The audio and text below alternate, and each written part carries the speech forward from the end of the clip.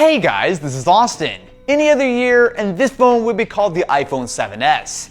It has a new design with a glass back, upgraded cameras, faster internals, and even a new feature in wireless charging. And yet, all of this is under the shadow of the upcoming iPhone 10, which really does beg the question, why does the iPhone 8 exist? Of course, plenty of companies have a wide variety of phones to choose from, ranging from budget options all the way to the incredibly expensive, and surprisingly, Apple is actually no exception this year. You have options ranging all the way from the $350 iPhone SE to the $450 iPhone 6s, the $550 iPhone 7, of course you've got the $700 iPhone 8, as well as all the way up to the top of the range, the $1,000 iPhone 10. The issue is that Samsung has already been shipping a truly next generation feeling piece of hardware with the Galaxy S8.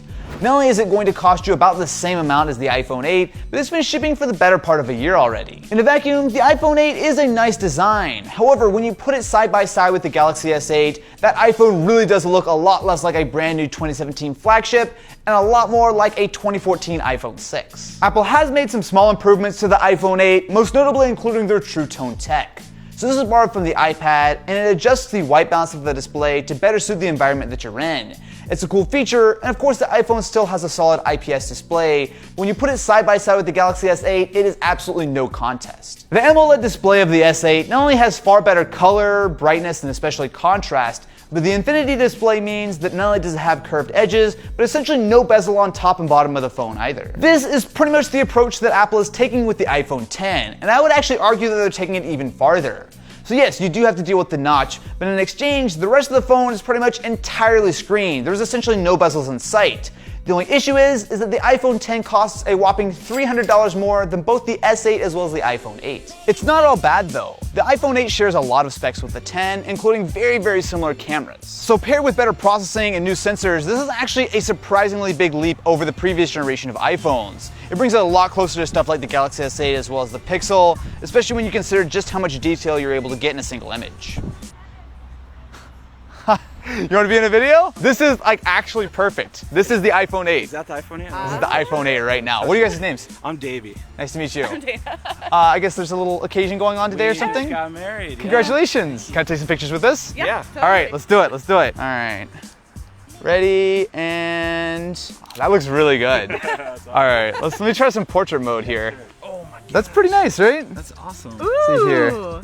It messed up a little bit with the veil, but that's pretty nice. Yeah, that's pretty good. That's super good. Video on the 8 is really impressive. It's second to only maybe the LG V30.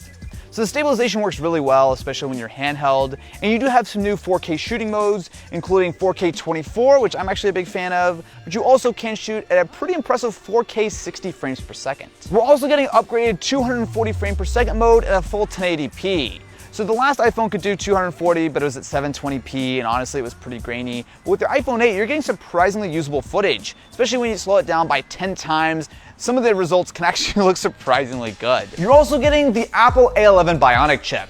Now I'll spare you all the technical details, but both the iPhone 8 as well as the iPhone 10, which share the same spec, are very fast. Put the iPhone 8 side by side with not only the 7, but also the Galaxy S8 as well as the Note 8, and you will see that the iPhone 8 is hands down the fastest phone out right now in Geekbench. It's a similar story on the graphics side with GFX Bench, although here it's less of a runaway victory, but the iPhone still does win out. It's impressive enough that I slightly lost my mind and compared it to the PlayStation 4. And you guys can check that video out if you want to see how they stack up, but suffice it to say, the iPhone is very fast. It's not perfect though. While the glass back doesn't get as warm under extended gaming like the iPhone 7 did, but when you compare it side by side with the Galaxy S8 as well as the Note 8, you will see that the iPhone 8 does exhibit some thermal throttling. In actual use though, the iPhone 8 is incredibly snappy, and that should be shared with the iPhone 10. That is a surprisingly common thread between the 8 and the 10. Not only do they both support wireless charging, but they also have fast charging via a USB-C lightning cable, which my friend Danny Winget tested,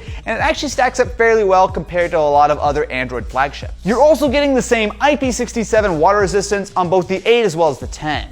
Now I don't have a 10N to test just yet, but I can say that the iPhone 8 speakers sound phenomenal. It's the same basic stereo design from the iPhone 7, but it's much louder, much richer. It really does put not only other Android phones to shame, but it's really the first phone in years that's come close to matching HTC's boom sound. So yes, the iPhone 8 does give up the bezel-less OLED display from the 10, but in return, the 10 gives up Touch ID. Now, Face ID is interesting, and there's no doubt that Apple's put a ton of really interesting technology into it, but it is the only option short of using a passcode.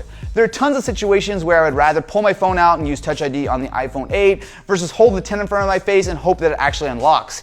Even if it's a perfect setup, I would still prefer to have the option of using Touch ID. At first glance, the iPhone 8 seems like a weird choice in a 2017 world of super thin bezels, but look past the screen and everything else is there. To me, the iPhone 10 is looking like a classic first generation Apple product. It's a beautiful design and there's a ton of potential, but it's also really expensive, and if the supply rumors are true, it is going to be quite a while before it's easy to actually get your hands on one. I can understand why someone might want to pick up an iPhone 8 today. It might not even be crazy to skip the 10 altogether and wait for the next generation, which hopefully brings the same design, but with a lower price, and hopefully stuff like Touch ID will be re-added. But what do you guys think? Should the iPhone 8 exist in 2017? Let me know in the comments below, and I will catch you on the next one.